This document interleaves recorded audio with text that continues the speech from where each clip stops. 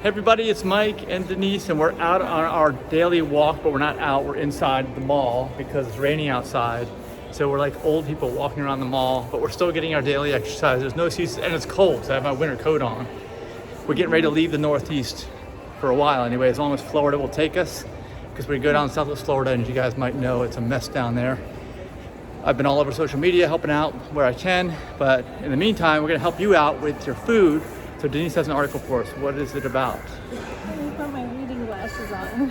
Okay. Meat consumption is falling across Western Europe, new study finds. This is from Plant-Based News. Consumers in Western Europe are increasingly shifting away from conventional meat to plant-based alternatives, according to new survey findings. Opinion Way, the French research company that conducted the investigation on behalf of the Good Food Institute, or GFI, not GFI, I could use. I have some broken GFIs that need replacement right now. They interviewed more than 4,000 adults across France, Germany, Italy, and Spain. Participants offered insights into their meat intake, shopping habits, and motivations, and opinions about plant-based meat substitutes. Answers revealed that more than 50% or 57% mean average had reduced their meat consumption in the last 5 years. All right.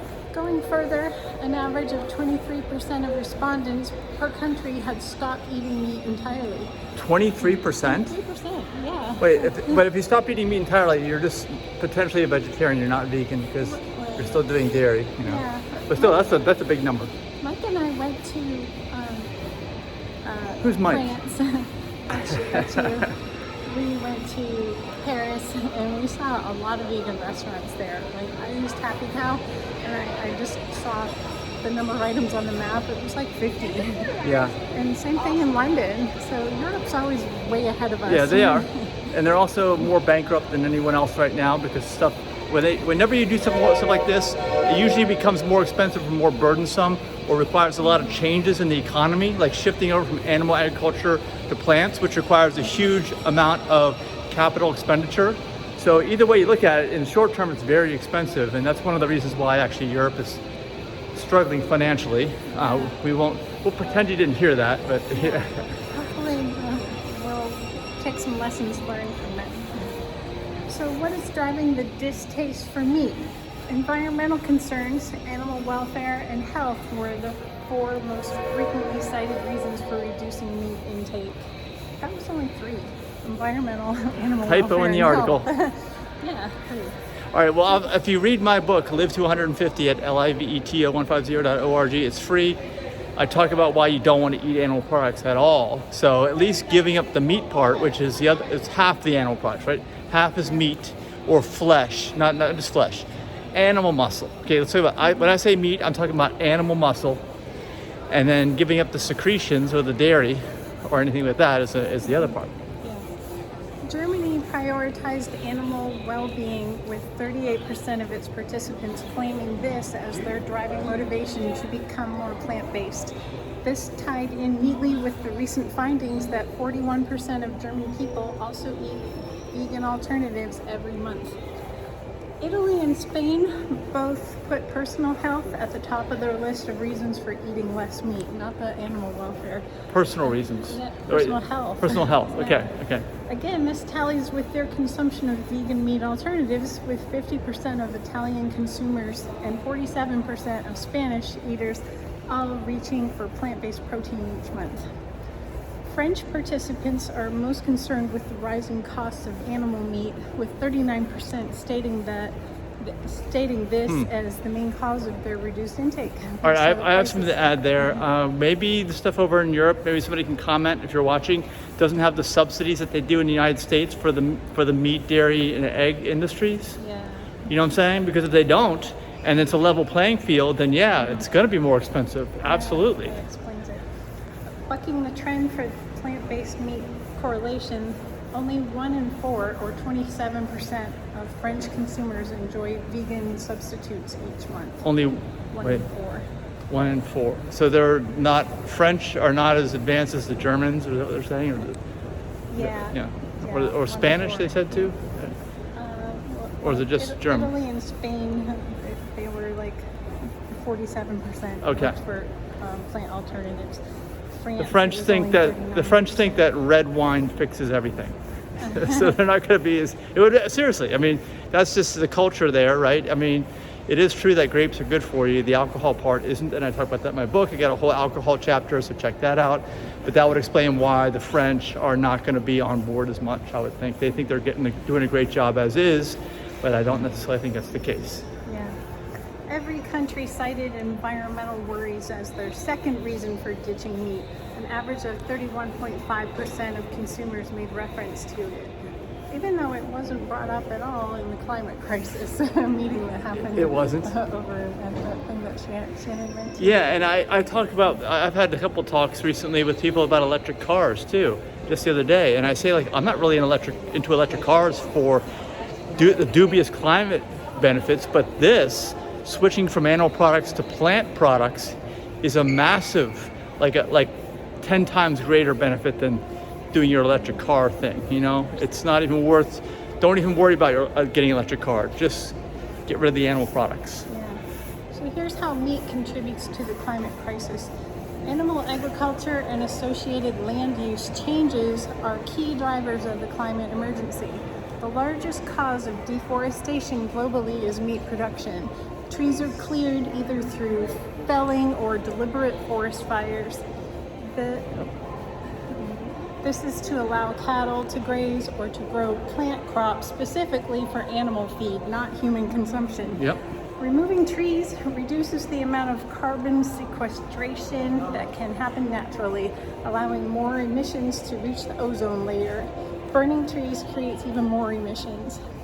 Yep. I just hit the wrong Well, we button. can talk more about, like, I agree with that, and that's more evidence as to why one of the main benefits of going plant-based is environment. And if you're concerned about the environment, don't worry about anything else, like electric cars or whatever, or shorter showers or whatever you might be doing. Okay, just go plant-based. Just get rid of the animal products. You're going to have like a 10x greater return than any other method. The rearing of animals specifically for meat and dairy production is responsible for at least 14.5% of all human-created greenhouse gas emissions. Specifically, meat accounts for almost 60% of all greenhouse gas emissions from food production. So carbon emissions are a widely known problem, but more critical is the ultra-efficient planetary heating methane that is being exuded. Cow farts. Yeah, around. Hey, I fart enough. We know, right? Yeah. Can you imagine if they had like a million cow versions of me? That would be really bad. Around 28 times more effective at heating the earth, methane is created in catastrophic amounts by animal agriculture. Yeah. The Global Methane Pledge was initiated to slash emissions by 30% by 2030. I don't know if anyone's following that pledge. Yeah. It's just that's the big environmental benefit is to go plant-based. Just remember that. Don't think of anything else. The plant-based treaty also addresses methane levels. It calls on countries around the world to commit to veganism in a bid to reduce animal agriculture emissions. Understanding the connection between meat and the climate crisis, respondents to the GFI survey agreed as a majority that animal protein intake must be reduced. Italy registered the most awareness, with 75% of its citizens calling for meat consumption to fall. No Italian sausage for you. Further, 71% stated that a more plant-based alternatives need to be available. Yeah. Again, all 4 countries were in agreement that plant protein products need to be more widely available. Yep. And so there's plenty of them in the United States, the Beyond stuff, the Impossible stuff, and other things. Some places have their own house-made stuff, but there's plenty. I mean, I can't believe they're saying there's a shortage, but I guess maybe there is in Italy. I don't know. Yeah. So the last section of the article talks about cultivated meat, which I guess is not as bad as killing the animal, but it's still grown in a fresh. lab. Yeah, but it still has all the health negatives of the actual animal muscle. Again, like I call meat animal muscle. Okay, animal muscle is not good. There's no way it's good for you. Yeah. Well, let me say, there are a few minor benefits. It's not like it's devoid of nutrition. It has some nutrition in it, just that the negatives far outweigh any positive benefits. In Europe, it's not approved yet for sale. It's regulated. Yeah, everybody's worried about it, you know, what it may or may not be. But like I said, if you're doing it for health, like this article talked about how people in, what was it, France did it for health? Or no, Spain. Okay, this is not the way to go. Lab-grown meat is just as unhealthy as, you know, anything else. I mean, the only possible benefit to eating lab-grown meat that I can think of is that maybe you won't be eating meat from a sick animal that has cancer or something, and you have no way to know. You know, that's the thing. Think about this. Do you have any way to know if the animal whose muscle you were eating was sick, either before they killed it or its whole life? So you have no way to know. No one's checking on that. You know that. So you probably are eating a sick animal. It makes it even worse if you think about that. Here comes the train again. So it was Italy and Spain that said they were reducing animal consumption for health reasons. Yeah.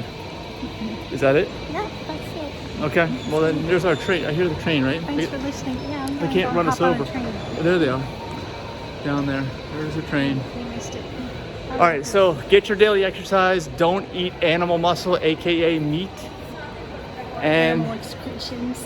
yeah, or anything like that. Any animal products, it's bad. If you want to know why, go to chapter 42. Actually, if you want to know what to eat, go to chapter 42. My book, Live to 150. It's liveto150.org. It's free. It's all in order by chapter, 150 chapters. And I talk about other reasons why too in the rest of the book. That every chapter is important. But if you want to know, if you want to cut to the chase and figure out what you should exactly eat, chapter 42. Is that it? Yep. Bye. Bye.